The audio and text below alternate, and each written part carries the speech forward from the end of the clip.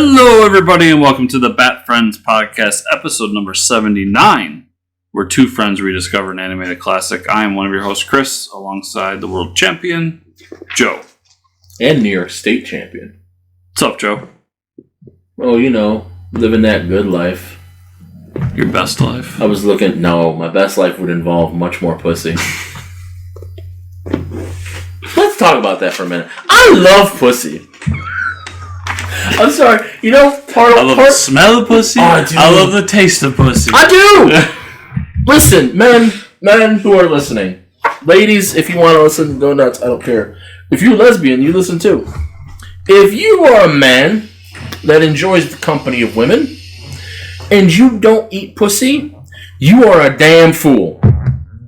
I don't care, you got no excuse. It's an enjoyable experience. If you're a man that loves men, and you don't just suck dick like it's your job, you are probably missing out.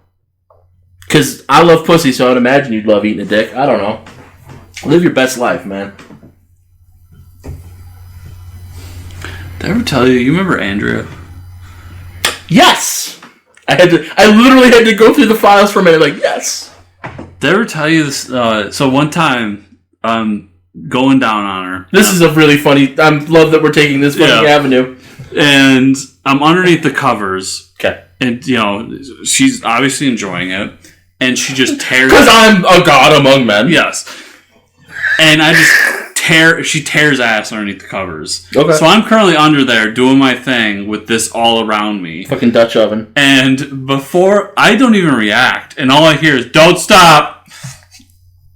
And so I'm like, well, I'm a man. I'm going to finish the job that I was set here to do. I was set here to do. That I was set here to do. So the moral of the story is, man, there's no excuse. I really wonder. I had this thought because, and I don't think he's there. Maybe he is, but fuck it, whatever. I don't care if he hears, really. My neighbor, who I still have not technically met, but I've seen around, he, that SUV next to mine is his. Okay. And the inspection's out of date, and I think the registration is too, and it has not moved for 6 weeks. And he's not here most of the time. And when I do see him here, he's with what I assume is his girl. And like a week ago, I think I heard moaning all of a sudden. I just started... I giggle like a schoolgirl if I hear people having sex at this point in my life. I don't know why. But it seems like she drives him around. Maybe she doesn't, but it seems like she drives him around. And the thought that went through my head is, where can I find one of those women that will put up with having to drive my ass around? Because they are obviously soldiers. And I need a soldier at this point in my life. I don't need this, I am a special princess. No. I need a soldier who's going to do work. I don't know. I've always been a fan of with the exception of one, which I'm not going to get too much into names because I've already named too many girls. But in my girls all over the world. In my recent history, it's been very independent women. Tell me that doesn't look like a pocket pussy. That's a fleshlight. Thank you. What is it actually? It's just one of the new uniques for the gold for the characters in Strike Force. A superior hyperphage. Yeah. But I looked, the first time I popped that up, it's blue for record. But I'm like, I don't care. That is a fleshlight. That is something you are meant to fuck. This is a very sexual episode. I'm with you. I prefer a soldier or a very independent woman who like literally doesn't need me around, who could just tell me to fuck off tomorrow. Yep. And would be fine. Yup. I ain't had time to be anybody's daddy, but I do have time to be somebody's daddy. On another note, look out for Joe and I's new product, the Superior What was it? The Hyperphage. Hyperphage on Amazon. The official Bat Friends Superior Hyperphage. You can probably fuck it. So, what is wrong with in this world we live in currently, you can go and you can find almost anything that you can then put a logo on and resell. Okay. Whether it's coffee cups or whatever. Sure. So by the laws of Earth, there has to be somewhere where we could buy a gross of pocket pussies. Oh, absolutely. Put Bat Friends on the side of it. Yep. With our faces. Yeah. And well, nobody will buy them, but... or maybe we have a strong following in the gay community. And you know what? I respect it, guys.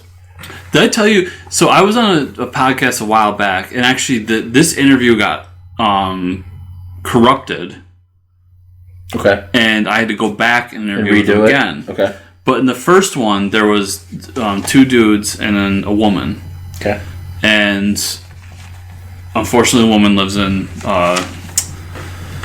Australia. Okay. Because otherwise, I probably would have told you should interview Joe, because you two would fall in love. All right. She's a very lovely woman. Mm-hmm. And really cool person. But she asked me the question, when you released your book, did you get any love from the furry community? That's a really weird thing to think about. Yeah. So it's in my brain for the rest of the podcast because, I wish I did, because that would mean more people give a fuck about my stuff. Correct. But it also started leading to questions where they're like, well, if you could make a movie of your book, who would be in the movie? And I was like, I can't even think about the movie because now I'm on the porno where a guy's dressed up like a cat getting fucked in the ass. And now this is what's going through my head the whole time. Because I'm just like, you had to mention furries. And I'm fascinated by these people. Because you're most likely lovely people because you're human beings. And just the idea that somebody gets in a giant costume and then fucks each other, I love. Oh, yeah. The Macho Mandalorian. Let's snap into some nuggies, brother.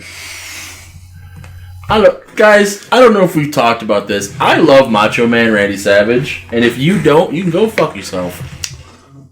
He was not a perfect man. He was not. He was a flawed human being like so many of us. But you know what? He tried. He tried to bring the macho madness to the world. And I think that the world was better for it. Listen, he was an outstanding hip-hop artist as well. Have you been watching any of the videos I've been sending you? Have you been watching any of the videos that I've been sending you? From DJ Cumberbund? Have you been sending me those? Maybe I haven't. I remember seeing one. It was like a Mortal Kombat one. Okay.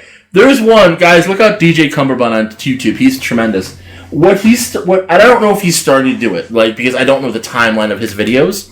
But I went down a rabbit hole where all of a sudden he started using a lot more from Macho's actual rap songs in the middle of these other mixes. So all of a sudden, the song, because he's one of those DJs that does mixes of popular music. He's fat! Please tell me you actually, hold on. Yes, that's great. I did watch that. Okay. Yeah. So he'll do mixes, and it's one of his where he mashed up like Mortal Kombat, Spice Up Your Life, and something else. Yeah, but that was when he sent me. That's when I said right. But there's another one. So imagine that where it's you drop out the audio from one song and you have the lyrics over different music. And I think it was Nirvana, and all of a sudden in the middle, it's Macho Man rapping because Macho Man had a real rap album. Yeah, it was fantastic. Right, and so all of a sudden it's like, be a man, Hogan, and it's just like, this is amazing, and I'm happy that I think I shared it and I said, it's as if DJ Cumberbund sprung from my heart fully formed. Hey, do you not remember that last time we recorded, instead of talking about real things like we normally do, we just sat there and watched a bunch of his videos? I don't remember. Listen, I think yesterday was 3 weeks ago, and 3 weeks ago was 4 months ago. This is the year that time forgot, and I just am lonely and a sensitive artist that needs love.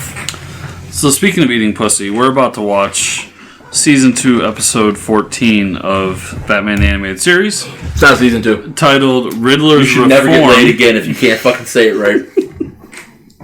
The story is by Alan Burnett, which I did not realize he was in any way involved with the show. Because I'm pretty sure, doesn't he do the Batman Adventures comic series? I'm not reading it. Fuck if I know. Well, no, from the 90s. I didn't read it. Fucked if I know. Because I'm pretty sure he's involved with the Batman Adventures Continue. Yeah. Yeah.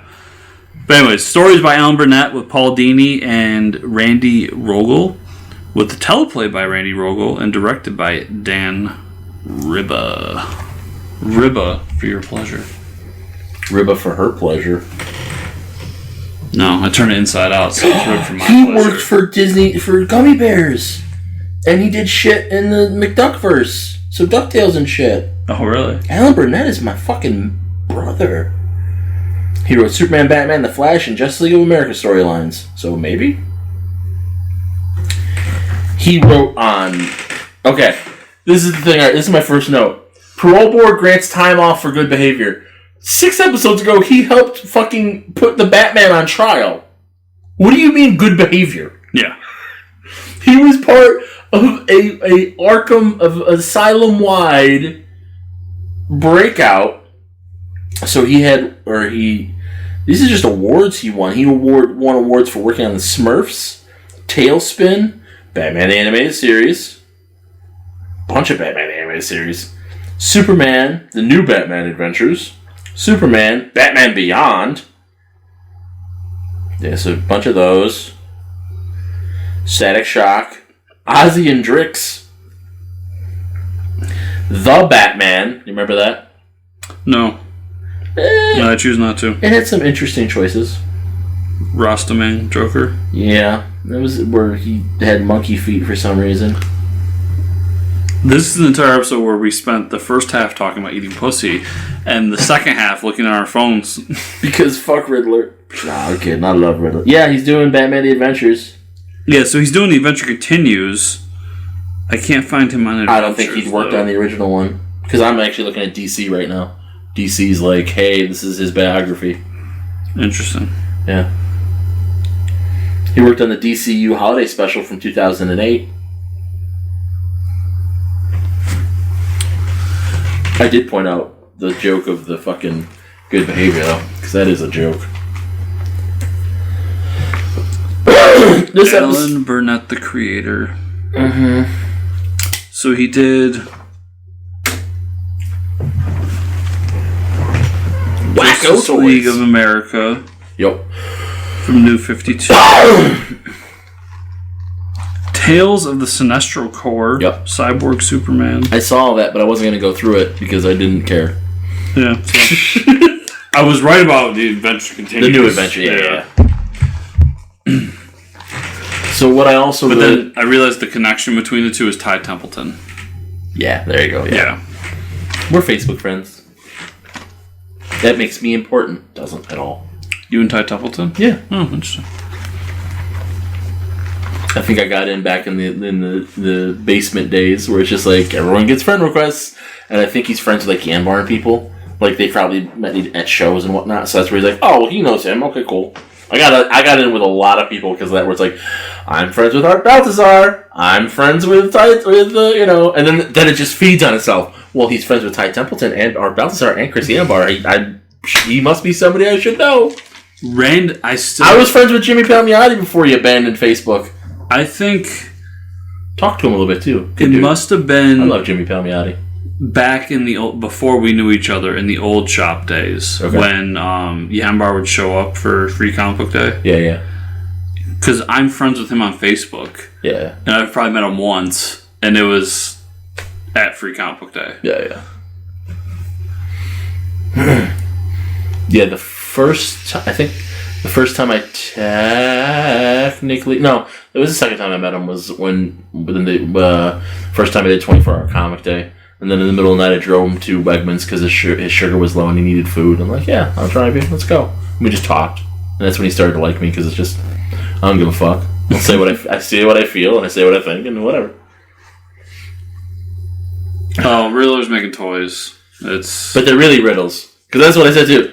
Bruce loves riddles. That's the one thing about this episode. Like, the second that like riddles start to happen, he is just like, this is great. This is what I've always wanted.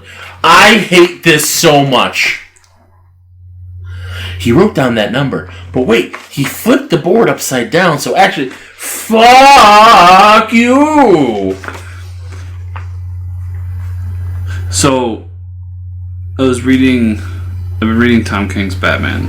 That's not important. What's important is that there's 2 stories in there that are actually written by Tom Taylor, who I really like. Okay. And they did a Batman Secret Files, this is probably 2 years ago that was made. And Tom Taylor does a story in there. It's got 8 digits. Just like so does a map coordinate. Okay, Goldblum. And I've come to the conclusion that Tom Taylor either listened to the show before it existed, or is our secret best friend, because he did a story and it's Batman Detective Chimp solving a crime, and it's called The World's Greatest Detective and Batman. Well, I mean, Detective Chimp is the world's greatest detective. Yeah, that's true. a fact. Yeah, I mean, if you think that's wrong, you can go fuck yourself. Tomorrow's Wednesday. I can get comics tomorrow. Watch out! You're gonna get blown into the spot. That's gonna be a thing now. Every time a gust of wind comes up. What makes me happy is that they haven't heard that yet. Foreshadowing. Yeah, this is the first time we've recorded anything out of order. Yeah. That used to be... It never happened enough to be annoying, but ICS that I listened to... And he flipped it over. Yeah, and there's a fucking dumb visual, because it's for kids. So let me literally turn the number upside down. Well, that's an L. That doesn't make any goddamn sense. Leslie. But back in the day... ICS would sometimes record out of order because they try to do bank shows and stuff.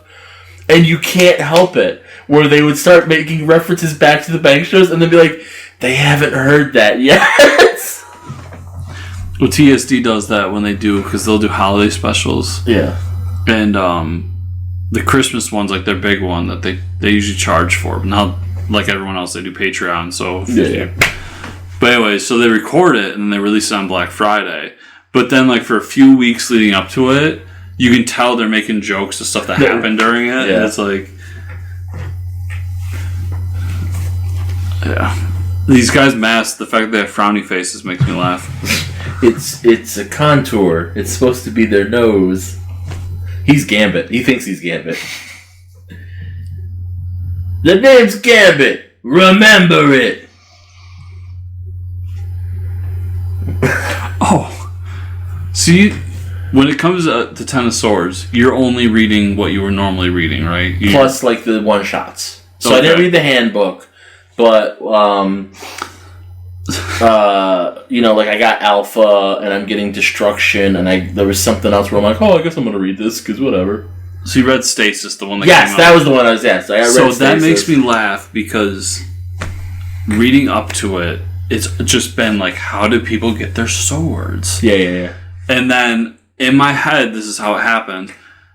Hickman realized, we just spent 11 issues talking about how people got their swords. We need bad guys to get their swords. So they rushed out that, because literally they all get it in one issue, where it took them 11 to get the other ones. And it's literally 3 characters on a page getting their sword. Alright, this is mine. This one's mine. And then he's just and Apocalypse is mad about cards. Yes. And what makes me laugh too is I'm pretty sure if you look at the Free Comic Book Day issue or the Alpha, you know what that card is. But it's hilarious to me because I'm too lazy to dig those issues out. So it's I forget, why is he mad? Whatever, cool, whatever. Well, they show the card at the end. Do they? Yeah, because it's the one where it's him and his ex-wife or whatever she is. Yeah. And it's the lovers. Okay, and that's why he's mad. That's right.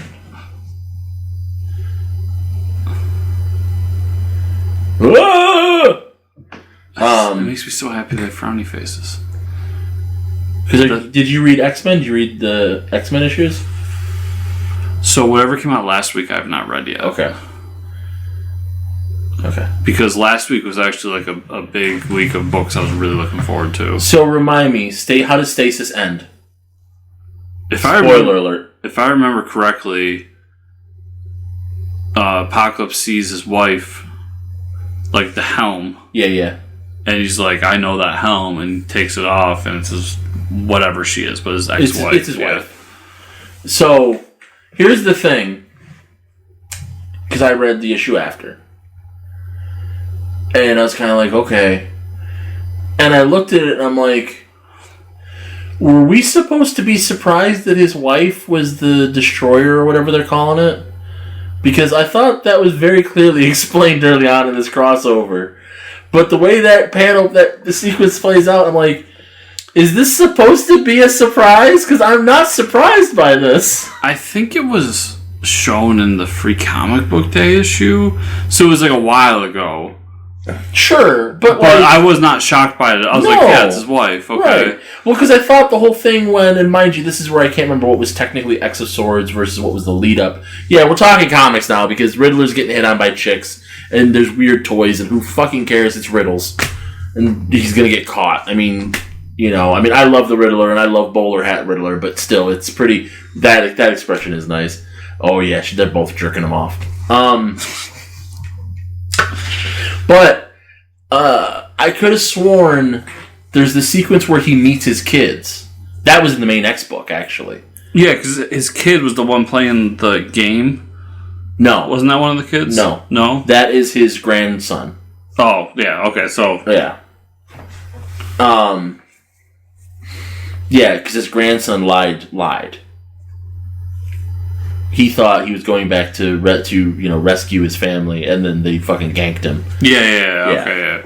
And but that's when, after he gets betrayed, that's when like the kids tell him, we're working for Mother or whatever. So that's why I'm like, why is this a surprise? Unless I just made that connection in my head. No, because I wasn't shocked either. So I think at one point we did get it. Okay. I was doing an interview with... And that's what I mean, because in the next issue, there is nothing in that issue that leads me to be like, oh, this is supposed to be a shock. This was, okay.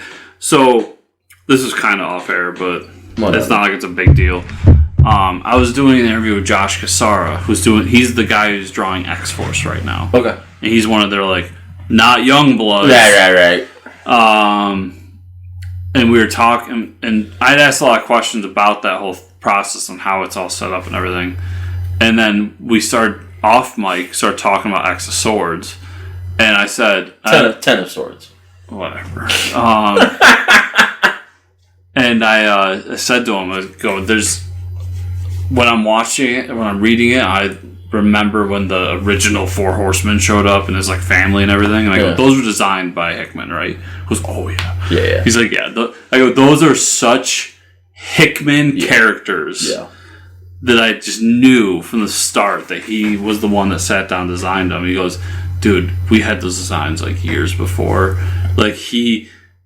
He had this, because obviously he talks him up a little bit. Because he had this vision of Ten of Swords was going to happen, and these characters are going to. And he goes, so before we even started making books, he's like, this is what we're leading up to. Yeah. And I was like, that makes sense because, and I made the joke about Manhattan Project. Yeah. Remember when Manhattan Project? He was like, I'm not planning this one out on it, guys. I'm just going to go with the flow on this one. Yeah. And Josh even, knowing Hickman now, that was bullshit. Right. He's good at it. That's the thing. Some people are bad at that. Some people can think, say, oh, I'm planning it out, and they can't follow through. Hickman's good at it. Yeah. Not like that. You'll break it. Riddler hates kids. Have we talked about Letterkenny? No, are you watching this too? I've watched all of it now. Okay, because depending on your review, I now have to watch it. So go ahead. Oh, it's in another life. It's me. There is a timeline where I am these characters. I am one of these characters. Okay, I am living this life because it's in Canada, but it might as well be Hickville, USA. Yeah, and I love it. There's parts that drag. There's parts that I'm not as fond of as other people. But there's one thing, and ironically, it made me think of Hayes. Before he got married. Where they make a reference where Wayne, the main character, or the main set, goes, oh, I could watch kids fall off bikes all day. I don't give a fuck about your kids. And so I just thought of that where it's Riddler hates kids. No, everybody keeps talking about the show, and There's one episode you might get mad at, and it's later. And I don't even like it that much, even though I understand why it happened and what the payoff was. But beyond that, like it's a really good show. Yeah. Everybody's told me it's really good and really enjoyed it. But I've always watched the previews of it. I'm just like, this looks like a stupid dude bro thing. But then, like, people I trust have said how good it is. Yeah. Like, and it definitely, like, you don't think of it, but there are character arcs, and characters grow. And there are things that were... But like I said, like, I literally watched the first episode, and I'm like, there is an alternate reality where this is my life. Like, these are the people I grew up with. Farm folk. Yeah. You know? And then that's what Hayes said to me, too, because he goes, yeah, when they do the hockey shit, that's why I can't do it. Because he used to go up when he was younger and playing hockey. They would go up to the Canadian hockey camps. And he's like, I would talk to the players, the people like that. And he goes, and I don't want to go back there. So this entire episode is Riddler likes toys. And not like toys, toys. Like we were talking about earlier. So what I love about this is the Indiana Jones ending. This is the Indiana Jones solution, I should say. Yeah. This is the original Back to the Future solution, too. This is something we came back to in a private conversation, but I can say it and explain it. It didn't at all strike me as an adult because I know there's an episode after this. So I'm like, Batman lives. Right.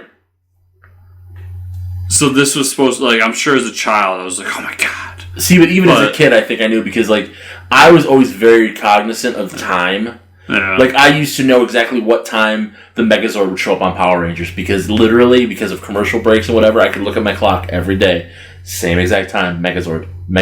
So if I was bored by something, I'd look and be like, how long do I got till Megazord shows up? So, like, here, I knew, like, okay, coming out of a commercial, there's going to be another segment, so Batman found a way out. I don't know how. But this is also after Remember the Bank. He got out of the bank. Yeah. So it's like, they did it, I think they did it better here, because remember that was my bitch about the bank, that they made sure to show him, like, figuring out how to do it, and here it's just like, he got out because he's Batman. And then they explain it after the fact. Yeah, he got into a refrigerator. Yeah, a fridge. The fridge, yes. When the nuke fell, he fridged himself. He fridged himself. But that's where his own toy against him. Yeah. This is the same thing too of Riddler was going to stop being Riddler once he beat Batman. Batman creates his villains.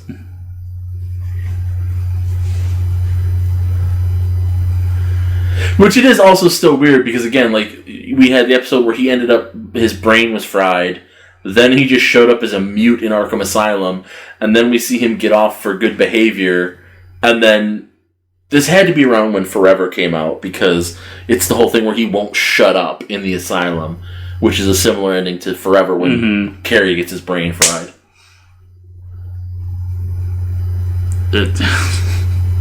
Well, there was a conveniently placed fridge nearby. I went to go. All the exits were blocked, and I said, fuck it, I'm gonna go jerk off in the safe. And because I trained with Zanara, or whatever the fuck Zatanna's dad is, I can never remember, I knew how to do it. That's because I'm the Batman. And what is Alfred pouring? And that's why you're going to get beaten to death with a crowbar. Oh, wait. That's a different Robin. But see, these are the things I love about the show when they do it. The little touches of, like... Because you don't have to have them voice it. It's just Joker and Two-Face both being like, shut up. We don't want to hear it. People have to be able to see him poop. I never thought about that before. What? Well, they have the big glass pane, right? So you can keep an eye on them. And in that overhead shot, there's the prison toilet.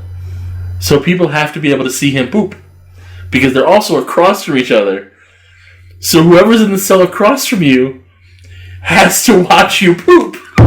See, I'm the type of crazy that I'll lock eyes with somebody while doing it. You know Joker does. Like, I will make it weird. Joker just sits there like, who's across from me today? Like, do you remember in my old house how you go upstairs and, like, immediately there's the bathroom? No, because I never went up the stairs. Yeah, but you were in the living room. Yeah, but I never went up the stairs, so I didn't know what the upstairs was. Okay, well, if you looked up those stairs, immediately, like, there's a little cupboard there, but then, like, kind of to the left is the bathroom. Okay. So, I'm the asshole who does everything with the door open because I don't care. Mm. And it used to be fun to me to, like, sit in there taking a poop, and then, like, Dana walks up the stairs and just lock eyes and give, like, the creepiest smile. Like, hey. On that subject, to go back to ICS, because, you know, all podcasts are ultimately just podcasts about other podcasts. Yep. One of the hosts, Matt, fucking Jesus. One of the hosts, Paul, has talked about how, and he's not really a germaphobe, but there's little things where he's a germaphobe.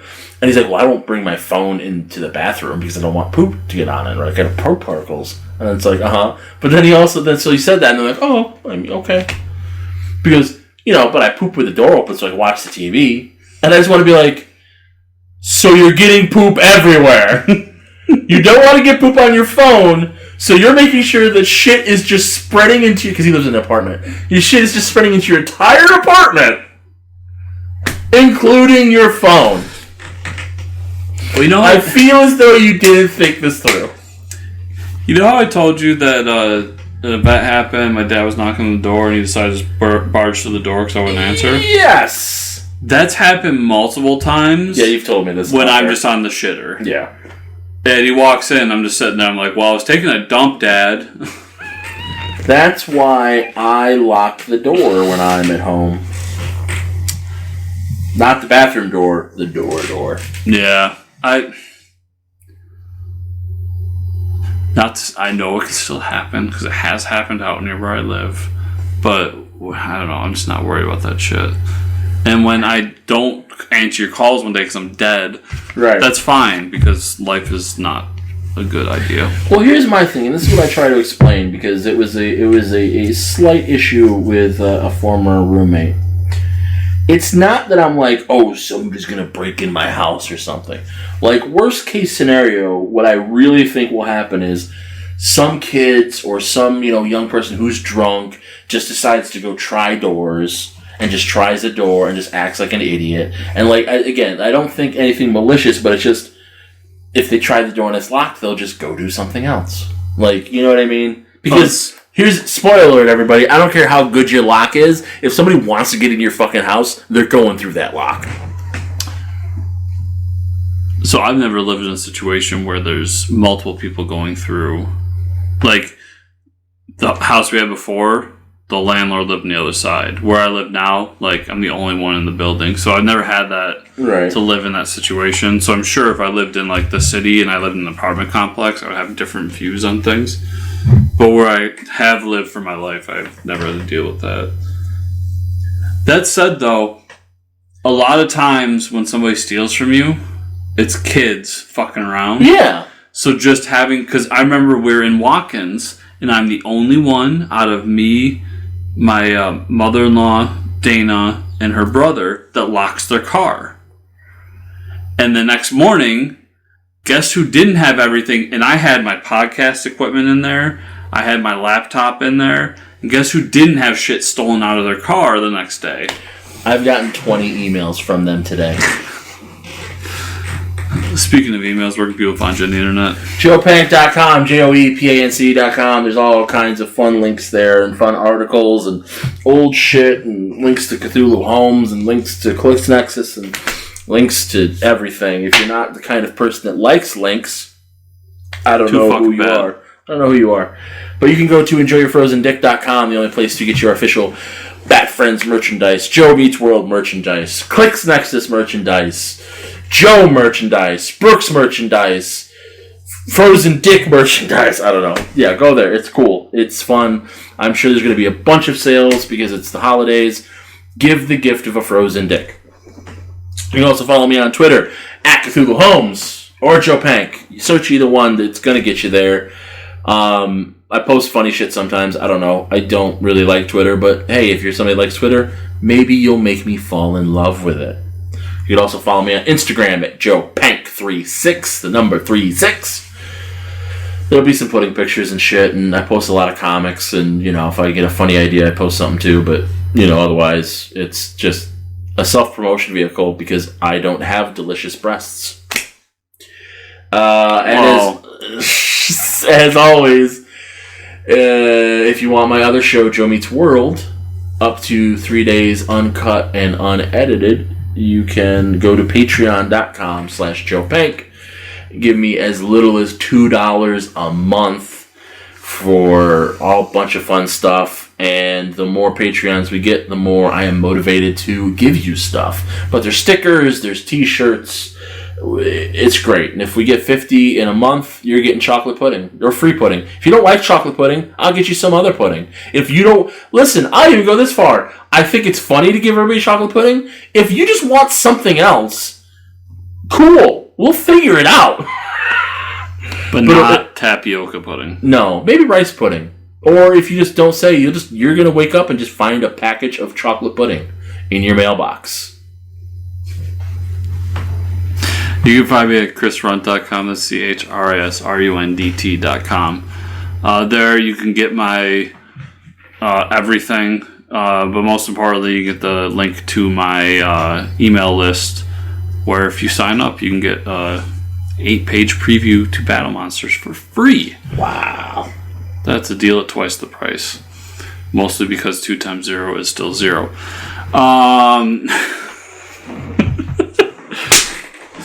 You can find me on Twitter at FortressChris. And remember, 5 stars in the podcatcher. Like, subscribe, share, comment down below if you're watching on YouTube. And yeah, if you want to go the extra mile to support this show, patreon.com/sportscomicnews, where you can get it 3 days early right there on that thing. It's fun. We all enjoy it. And finally, if you want to be the best bat friend ever, you can either go to my website, chrisrunt.com, or fortresscomicnews.com and click on the Amazon banner and buy things on Amazon. And buy to your pleasure. It doesn't cost you any more, and I get money. Because I told you that Amazon's a thing, and you had no clue before I told you. Thank you all so much for listening. We'll see you next week. If you go to the Amazon link, Amazon sells sex toys, so you can literally buy for your pleasure.